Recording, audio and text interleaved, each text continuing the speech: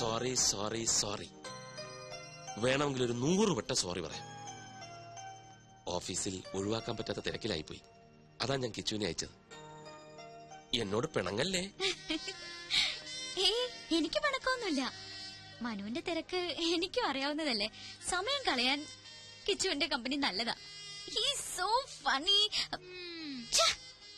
എന്താ? അല്ല, ഇവിടെ പറഞ്ഞതാ. അപ്പോ നാളെ എപ്പോഴാ കാണുക? എപ്പോ വേണേലും കാണാലോ. ഞാൻ ഫ്രീ ആണ്. സമയം ഫിക്സ് ചെയ്തോളൂ. നാളത്തെ മീറ്റിംഗിൽ ഞാൻ തന്നെ വരും. തീർച്ചയായും. കിച്ചുവിനെ അയക്കില്ല. ഓക്കെ. അയ്യോ, ഫോൺ വെക്കല്ലേ. ഞാൻ ഉറങ്ങാൻ പോവാ. അതിനു മുൻപ് ടെൽ മീ സംതിങ് സ്വീറ്റ്. ഇപ്പോഴോ? എന്റെ അടുത്ത് നീ എപ്പോഴും ഉണ്ടായിരുന്നെങ്കിൽ എന്ന് ഞാൻ ആശിച്ചു പോകുകയാണ്. I love you. നിനക്കെന്താ വട്ടുപിടിച്ചോ? വട്ടുപിടിച്ചത് എനിക്കല്ല, മനുവേട്ടനാ. ഈ പറഞ്ഞതാ ഫോണിൽ കൂടെ അപ്പുറത്ത് കേട്ട് കാണില്ലേ? കേക്കട്ടെ. പാതിരാത്രിയില്ല ഇവനൊക്കെ വിളിക്കാൻ കണ്ട നേരം. ആ മനുവേട്ട, ഒരു കാര്യം കേൾക്കണോ? ഇന്നിവിടെ അച്ഛനും ബാലുവേട്ടനും തമ്മിൽ പൊരിഞ്ഞ ഡിസ്കഷൻ ആയിരുന്നു. എന്ത് ഡിസ്കഷൻ? മനുവേട്ടന്റെ പോക്ക് ശരിയല്ലെന്നും ഒരു കടിഞ്ഞാണിടണമെന്നും ബാലുവേട്ടൻ. അച്ഛനല്ലേ ആള്. നീ എന്താ കേട്ടെന്ന് പറ. അങ്ങനെ കടിഞ്ഞാണിടണമെന്ന് തോന്നിയാ ആ നിമിഷം ചേട്ടനെ കമ്പനിന്ന് പുറത്താക്കുമെന്നും എന്നെ ആ സിംഗപ്പൂർ കൊന്തനെ കൊണ്ട് കെട്ടിക്കൊന്നും അച്ഛൻ. മനുവേട്ടൻ എന്തിനാ ചിരിക്കുന്നത്? നിന്നെ വേറെ കെട്ടിക്കാനോ? അത് ഓർക്കുമ്പോഴാ ചിരി. കമ്പനി പോണെങ്കി പോട്ടെ, പക്ഷെ നിന്നെ ഞാൻ വിട്ടുകൊടുക്കില്ല. ലൈറ്റ് അണയ്ക്കട്ടാ. എന്താ? ഒരു കുഞ്ഞു പർച്ചേസ്. ഞാൻ ഇപ്പൊ വരാം. Just 5 minutes. അതൊക്കെ പിന്നെ പോരെ. ഞാൻ ഇപ്പൊ വരാന്നേ.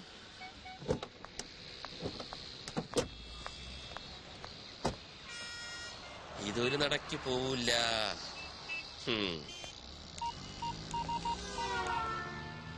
ആ വർമാജി, ഞാൻ ഇത്തിരി ലേറ്റ് ആവും.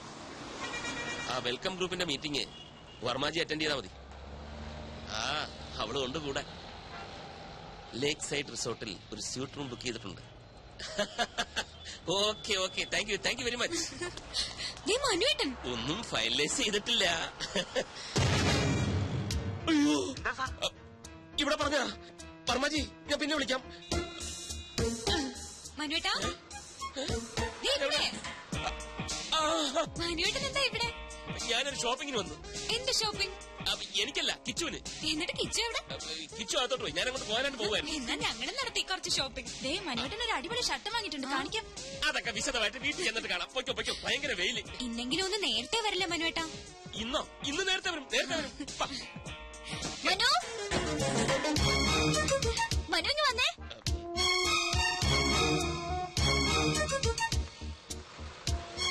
ഇതുണ്ടോ? നോക്കിയാ ഞാൻ എന്താ വാങ്ങിയെന്ന്? ഇഷ്ടായോ? റിങ് കൊള്ളാല്ലേ? പൊയ്ക്കോ. ഇതാരാ മനുവേട്ടാ?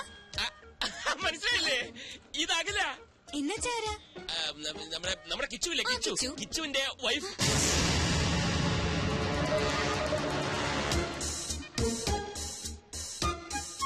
കിച്ചു എപ്പോഴാ കല്യാണം കഴിച്ചത്?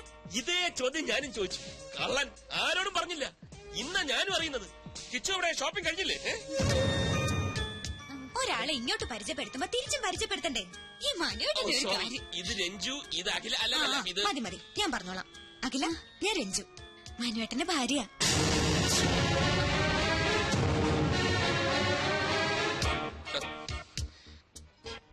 ഇനിയിപ്പൊ പൊയ്ക്കൂടെ? പ്രോമിസ് ചെയ്ത പോലെ നേരത്തെ വരണേ. Okay, by Akhila.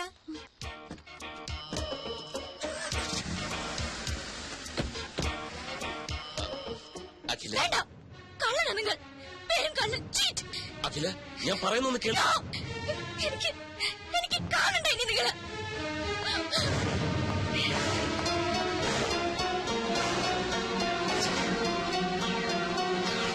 Sir please, എന്നെ നിർബന്ധിക്കരുത്. സാറിന് വേണ്ടി എന്തിനു ഞാൻ കൂടെ നിന്നിട്ടുണ്ട്. പക്ഷെ ഇതെനിക്ക് വയ്യ. എന്തിനാണ് അഖില എന്റെ ഭാര്യയാണെന്ന് പറഞ്ഞത്? കിച്ചു, എന്റെ അവസ്ഥ നീ എന്താ മനസ്സിലാക്കാത്തത്? പെട്ടെന്ന് അങ്ങനെ ഒരു കണ്ടുമുട്ടലുണ്ടായപ്പം പിന്നെ ഞാൻ എന്താ പറയേണ്ടിയിരുന്നത്? അവൾ എന്റെ കാമുകിയാണെന്നോ? എന്റെ എല്ലാ കാര്യങ്ങളും അറിയാവുന്നവനായതുകൊണ്ടാ നിന്റെ പേര് ചേർത്ത് ഞാൻ പറഞ്ഞു പോയത്. പക്ഷെ സാർ, സത്യം എന്നായാലും പുറത്തു വരില്ലേ? രഞ്ജു ചേച്ചി എന്നെ പറ്റി എന്ത് വിചാരിക്കും? അഖിലേക്ക് എന്ത് തോന്നിക്കാണും എന്നെ കുറിച്ച്?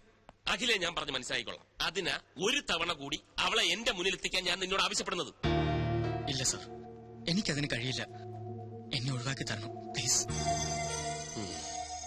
എനിക്ക് മനസ്സിലായി, നിനക്ക് ബുദ്ധിമുട്ടാണല്ലേ. സ്വന്തം അനുജന്റെ സ്ഥാനത്താ നിന്നെ ഞാൻ കണ്ടത്. ഏതാപത്തിനും കൂടെ നിൽക്കുമെന്ന് വിചാരിച്ചു. തെറ്റിപ്പോയി, എനിക്ക് തെറ്റിപ്പോയി. ചെന്ന് പറയാൻ ഞാൻ രഞ്ജുവിനോട് എല്ലാം നുണയായിരുന്നു. അഖില എന്റെ കാമുകയാണെന്ന്. അതോടെ എല്ലാം അവസാനിക്കും. ഈ സ്ഥാപനവും സ്ഥാനമാനങ്ങളും എല്ലാം തകർന്നടിയട്ടെ. ഞാനൊരു തെണ്ടിയെ പോലെ ഈ റോഡിലൂടെ അലയട്ടെ. എല്ലാം തുഴയട്ടെ. എന്നാ പിന്നെ എന്തിനാ നിന്റെ സ്വപ്ന സൗധം മാത്രം ബാക്കി? അതും പറയാം.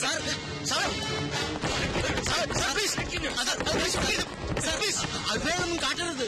വിടുവാൻ മാറ്റി എന്റെ ജീവിതം തുലച്ചിട്ട് ഇവിടെ അങ്ങനെ ആരുടെ സ്വപ്നങ്ങൾ പൂവണിയുണ്ട്.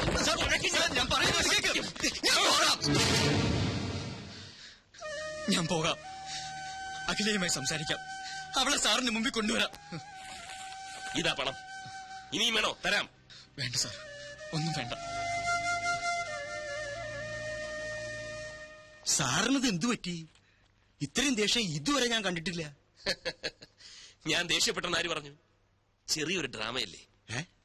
അഖിലയെ വീണ്ടും എന്റെ മുന്നിലെത്തിക്കാൻ കിച്ചുവിന് മാത്രമേ കഴിയൂ. അവൻ അതിൽ നിന്ന് ഒഴിഞ്ഞു മാറാൻ ശ്രമിച്ചപ്പോൾ അവന്റെ സ്വപ്നത്തിൽ തന്നെ കയറി പിടിച്ച ഒരു പെർഫോമൻസ്. എന്താ ബുദ്ധി! സമ്മതിച്ചിരിക്കുന്നു. വർമാജി, ഈ ലോകത്ത് സത്യം പറഞ്ഞാൽ ആരും വിശ്വസിക്കില്ല. ഒരു കള്ളം ഉറക്ക പറഞ്ഞാൽ അപ്പ വിശ്വസിക്കും. Point is noted sir. വേണ്ട, എനിക്കൊന്നും കേൾക്കണ്ട. ആരും കാണും വേണ്ട. ചതിയനാ, വഞ്ചകനാ. പുറത്തൊരു മുഖവും ഉള്ളിൽ മറ്റൊരു മുഖവുമാണ് അയാൾക്ക്. നീ എന്റെ നല്ല ഫ്രണ്ട് ആണെന്നാ ഞാൻ കരുതിയത്. എല്ലാം അറിയാവുന്ന നിനക്കെങ്കിലും എന്നോട് പറയാമായിരുന്നു. അഖില പ്ലീസ്, എന്റെ അവസ്ഥ തനിക്ക് മനസ്സിലാവില്ല. എന്റെ മനസ്സ് വായിക്കാനും തനിക്ക് കഴിയില്ല. മനസ്സാർ ഇനി ആ പേര് കേൾക്കണ്ട എനിക്ക്. അഖില, ഞാൻ തന്റെ നല്ല ഫ്രണ്ട് തന്നെ ഇൻ എവറി സെൻസ്. ഞാൻ പറയുന്ന ഒന്ന് കേക്ക്. ഒരു തവണ കൂടി മനസ്സാറിനെ. പറഞ്ഞില്ലേ? അഖില പ്ലീസ്.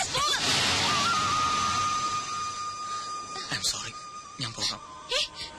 കിച്ചു, രക്തം വരുന്നു. സാരമില്ല. നിക്കൂ. സോറി കിച്ചു, എനിക്കെന്നെ നിയന്ത്രിക്കാനായില്ല. അഖിലയുടെ ഫീലിങ്സ് എനിക്ക് മനസ്സിലാവും. തന്റെ സ്ഥാനത്ത് ഞാനാണെങ്കിലും ഇങ്ങനെയൊക്കെ ചെയ്യൂ. നമ്മളിലൊക്കെ ഓരോ കുറവുകളുണ്ടക്കില്ല. അത് നമ്മളറിയാതെ മറ്റു പലരെയും വേദനിപ്പിച്ചെന്നിരിക്കും. എനിക്ക് വേണ്ടി ഒരു തവണ, ഒരൊറ്റ തവണ താൻ മനസ്സാറിനെ കാണണം പ്ലീസ്. പിന്നെ തന്റെ മനസ്സ് പറയുന്നത് പോലെ താൻ തീരുമാനിച്ചു.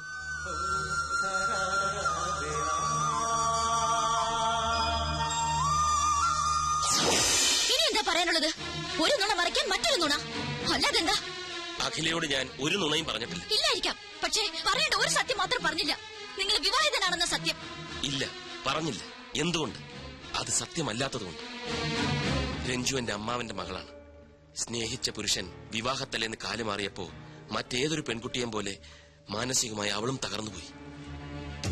3 ദിവസം ബോധം നശിച്ച് ആശുപത്രിയിൽ കിടന്ന അവൾ ബോധം വന്നപ്പോൾ ആദ്യം മുന്നിൽ കണ്ടത് എന്നെയാണ്. സത്യത്തിൽ എന്റെ ദുരവസ്ഥ അവിടെ തുടങ്ങിയായിരുന്നു. അവളുടെ വിവാഹം കഴിഞ്ഞെന്നും അവളെ സ്നേഹിച്ച ചെറുപ്പക്കാരൻ ഞാനാണെന്നുമുള്ള വിചിത്രമായ വിചാരം എങ്ങനെയോ മനസ്സിൽ കടന്നുകൂടി. അത് തിരുത്താൻ പോയപ്പം ആകെ വയലന്റായി. ഡോക്ടറുടെ നിർദ്ദേശപ്രകാരം ഇന്നും ഞാൻ അങ്ങനെ അഭിനയിക്കുകയാണ്. അഖിലയ്ക്ക് ഓർമ്മയില്ലേ, ഞാൻ അവളുടെ ഭർത്താവാണെന്ന് അവളെന്ന് പറഞ്ഞപ്പം ഒപ്പമുണ്ടായിരുന്ന അമ്മു ഒന്നും മിണ്ടിയില്ല. എന്തുകൊണ്ട്? മിണ്ടിയാൽ അവിടെ ഒരു സീൻ ഉണ്ടാവുമെന്ന് അമ്മുവിനറിയാം. പാവം അമ്മുവിന് പോലും അഭിനയിക്കേണ്ടി വന്നു. ആ അവസ്ഥയിൽ ഞാൻ സ്നേഹിക്കുന്ന പെൺകുട്ടിയാണ് അഖിലയെന്ന് രഞ്ജുവിനോട് പറഞ്ഞാൽ എങ്ങനെയിരിക്കും? ഒന്ന് ആലോചിച്ചു നോക്ക്. അടുത്ത മാസം ചികിത്സയ്ക്കായി അവൾ ബാംഗ്ലൂർക്ക് പോവുകയാണ്. ഇനി അഖില എന്നോട് പിണങ്ങിയാലും ശരി, എന്നെ വെറുത്താലും ശരി, പഴയ രഞ്ജുവിനെ വീണ്ടെടുക്കാൻ വേണ്ടി എനിക്ക് അഭിനയിച്ചേ പറ്റൂ. സോറി.